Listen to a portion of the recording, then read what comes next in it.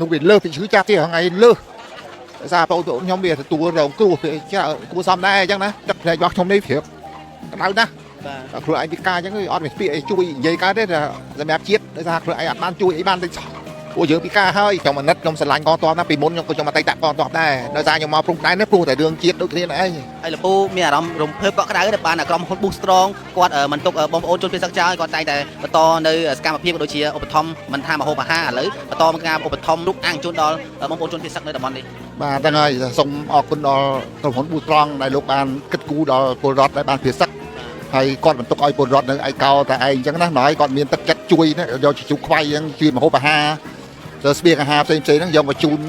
ជនភៀសសឹកហ្នឹងបានច្រើនណាស់សិនជាពូកុំពិការកុំអីពូចូលទៅការពារទឹកដីជាមួយបងប្អូនវីរៈកងទ័ពយើងហីបាទមកគុំខ្ញុំនៅជុកថ្មដូនដែរបាទហើយដោយសារតែគាត់ធ្លាក់ខ្លួនពិការហើយកុំអីហ្នឹងបេះដូងគាត់នឹងចិត្តរបស់គាត់ហ្នឹងកុំអីហ្នឹងទៅតតាំងជាមួយនឹងខ្មាំងសត្រូវនៃការឈ្លានពានរបស់ប្រសៀមបាត់ហើយបាទជម្រាបសួរលោកពូបាទជម្រាបសួរបាទនេះជុំខ្វៃពីក្រុមហ៊ុន Boost Strong បាទលោកពូមានឈ្មោះអីដែរខ្ញុំមិនលឹមសុភត្រាអាយុម៉ែពូអាយុ51បាទពិការ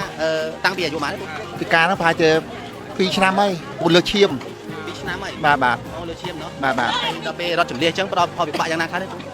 ផលវិបាកនោះវាពិបាកពេកអូនយើងពិការហើយមិនដូចគេអ្នកដៃពីរជើងពីរទេហើយយើងជួបការលំបាកច្រើនណាស់បាទតាំងពីកន្លែងតាំងនៅរស់នៅវាមិនដូចយើងនៅផ្ទះយើងបានរៀបចំហើយដល់ពេលមកកន្លែងភៀសសឹកនេះមានបានរៀបចំអីតែមានអីដេកនឹងដេកលើអត់មានកន្លែងណាដេកហើយបាទហើយលោកពូមានអារម្មណ៍រំភើបកក់ក្តៅដែលបានក្រុមហ៊ុន Boost Strong គាត់មិនទុកបងប្អូនជនភៀសសឹកចោលគាត់តែងតែបន្តនៅសកម្មភាពដូចជាឧបត្ថម្ភមិនថាមហូបអាហារឥឡូវបន្តការឧបត្ថម្ភជ្រូកអាំងជូនដល់បងប្អូនជនភៀសសឹកនៅតំបន់នេះបាទហ្នឹងហើយសូមអរគុណដល់ក្រុមហ៊ុន Boost Strong ដែលលោកបានគិតគូរដល់ពលរដ្ឋដែលបានភៀសសឹកហើយគាត់បន្ទុកឲ្យពលរដ្ឋនៅឯកោតែឯងអញ្ចឹងណាហើយគាត់មានទឹកចិត្តជួយណាយកជជុះខ្វៃអញ្ចឹងជួយមហូបអាហារទៅស្បៀងអាហារផ្សេងហ្នឹងយកមកជូនជនភៀសសឹកហ្នឹងបានច្រើនណាស់ក្រុមហ៊ុន Boost Strong នេះគាត់ជួយច្រើនណាស់ហើយខ្ញុំគ្មានពាក្យអីនិយាយទេមានពាក្យថ្លែងអំណរគុណដល់ក្រុមហ៊ុន Boost Strong សូមឲ្យក្រុមហ៊ុន Boost Strong រកស៊ីកាក់កបថ្ងៃមុខបានច្រើនអរគុណនោះវាលើសពីឈឺចាស់ទៀតថ្ងៃលើសសារបងប្អូនខ្ញុំវាទទួលរងគ្រោះគួរសមដែរអញ្ចឹងណាសិនជាពូកុំពិការកុំអីពូចូលទៅការពារទឹកដីជាមួយបងប្អូនវីរៈកងទ័ពយើងហីបាទមកគុំខ្ញុំនៅជុកថ្មដូនដែរបាទហើយបាទទល់មុខហ្នឹងហើយបើខ្ញុំនេះហ្នឹងបណ្ដាដោយសារខ្ញុំពិការអញ្ចឹងខ្ញុំពីអីនឹងនិយាយពូខឹងចិត្តតែពេលដែល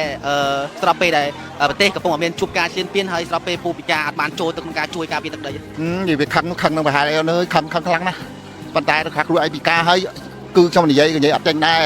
ដោយសារតែគាត់ធ្លាក់ខ្លួនពិការហើយកុំអីហ្នឹងបេះដូងគាត់នឹងចិត្តរបស់គាត់ហ្នឹងកុំអីហ្នឹងទៅតតាំងជាមួយនឹងខ្មាំងសត្រូវនៃការឈ្លានពានរបស់ប្រទេសសៀមបាត់ហើយបាទអញ្ចឹងដោយសារតែការពិការទៅគាត់មិនបានទៅចូលរួមប៉ុន្តែគាត់មានការអាណិតនិងលើកទឹកចិត្តដល់វីរៈកងទ័ពជួរមុខយើងមែនតើឃើញការឈ្លានពានពីប្រទេសសៀមបាទពីយោធាសៀមបានធ្វើឲ្យលោកពូនិយាយទាំងអួរដើមកស្ទឹងអាស្រក់ទឹកភ្នែកហើយថ្ងៃនេះក៏គាត់មានអារម្មណ៍ថាកក់ក្ដៅតែពេលដែលបានឃើញក្រុមហ៊ុន Boost Strong តែយកចិត្តទុកដាក់ជាមួយនឹងបងប្អូនជនភៀសសឹកនៅតំបន់សមត្ថភាពផ្សេងគ្រប់តំបន់គ្រប់កន្លែងតែម្ដងឥឡូវឈានមកដល់តំបន់នេះមួយកន្លែងទៀតអាំងជ្រូកខ្វៃចែកជូនដល់បងប្អូនជនភៀសសឹកតែម្ដងហើយមិនថាលពូពិការមិនថាបងប្អូនណាទេហើយជនភៀសសឹកគឺគាត់ធ្វើជូនគាត់លើកទឹកចិត្តនឹងចូលរួមជួយដល់បងប្អូនជនភៀសសឹកហើយគាត់ថ្ងៃនេះក៏គាត់សប្បាយចិត្តហើយគាត់ក៏អរគុណដល់ក្រុមហ៊ុន Boost Strong ហើយជូនពរលពូមានសុខភាពល្អលពូណាបាទខ្ញុំកាត់ច្រើនពូមានបងប្អូនយើងនៅជួរក្រោយតែជួយដល់បងប្អូនជនភៀសសឹកយើងនឹងវីរៈកងទ័ពជួរមុខរហូតបន្តមិនឲ្យពួកគាត់មានការអត់ឃ្លានអត់មានអីស៊ីទេពូណាបាទអរគុណច្រើនអរគុណសូមអរគុណដល់ Boost Strong ដែលបានជួយប្រជាជនមកចែកជាម្ហូបអាហារជូនប្រជាជនគាត់សប្បាយចិត្តទាំងអស់គ្នាសូមអរគុណអាមីនសូមអរគុណអាមីនជូនពរសុខភាពល្អទាំងប្តីទាំងប្រពន្ធណាអាមីនណាចាបាទអរគុណច្រើនបាទឥឡូវនេះបានជោគខ្វៃមកអស់ហើយអញ្ចឹងសម្រាប់គ្រួសាររបស់អាមីនបាទបងប្អូនឃើញហើយបាទលពូដែលគាត់ពិការភាពរយៈពេល2ឆ្នាំដោយសារជំងឺលើសឈាមប៉ុន្តែយ៉ាងណាក៏ដោយគាត់នៅតាំងចិត្តលើកទឹកចិត្តពីក្រោយសម្រាប់វីរៈកងទ័ពជួរមុខយើងឲ្យគាត់តស៊ូនិងតតាំងទៅមុខទៀតអរគុណច្រើន